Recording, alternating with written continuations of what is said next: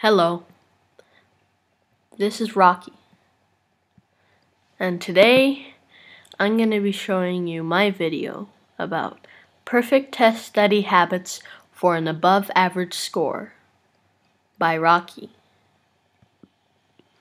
First technique: ask your teacher for a study guide or some sort of thing that can help prepare you for the test you might be taking. And also, ask questions in class before the test that can further develop your understanding of the subject matter.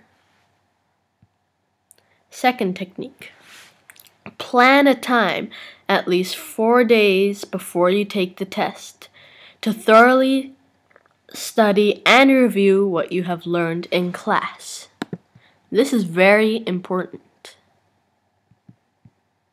This piece here you need to do, or you won't have enough time to study. It's imperative that you do this part.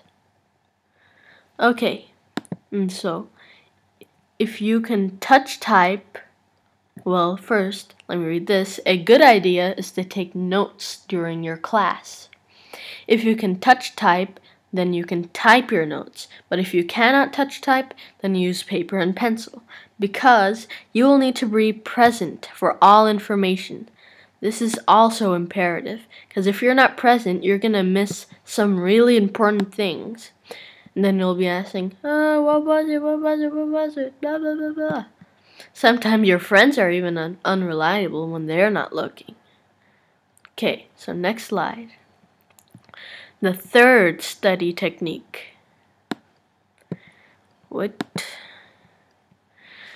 I recommend telling your parents that you have a test coming up. Now this is good, because most kids, they don't tell their parents that they have a test coming up.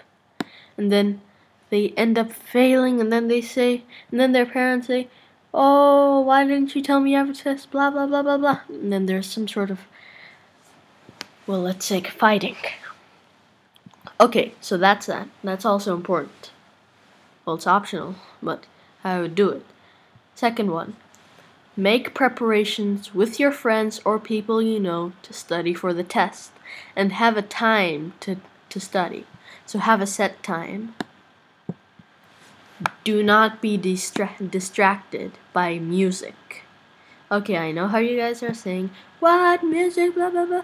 Okay, but music is not good when studying, nor is multitasking. It just doesn't work. And that's true, because if you're multitasking, you can't focus on the subject that you really need to do. So this is also important. The fourth and final technique: create your own questions of what you have been doing in class and what might be in the test. Here, this is actually the main part, the aim of the game. You need to do this or your studying is failed. Then there's no point. So use a notebook and write each question on each page. So 1 question per page. 1 question per page. Per page. Okay? This needs to be per page. After you finish answering the questions, then you cross-reference. This is very important. You need to cross-reference your information with the internet, peers, or any good source for cross-referencing your work. Because you need to cross-reference, or you don't know if it's wrong, and then when you take the test, you're saying, but I answered the question, blah, blah, blah. Did you cross-reference? Well, maybe not, and that's why you may have got questions wrong on your test. To add on, do not rush. Do not rush your studying. I mean to say. So do not rush your studying. Rushed studying is not really studying at all.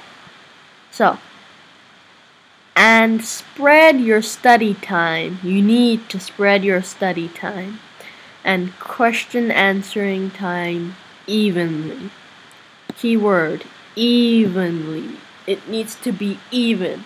Because if you just work on your questions and setting all at the same time for hours and hours, and then you don't study ever again, then your next day when you go to the test, start taking the test, you're going to already forget. And then it will be a challenge to answer some questions. And then you'll be like, oh, I studied for this, how come I don't remember? Well, you studied it all thoroughly for one day, but one day's not enough. That's why I said you need to spread it evenly over at least 4 days. It may be different with math tests, but for science tests, it needs to be over 4 days or more. Okay. That was the final one. Thanks for watching, and please comment below and subscribe. Thank you.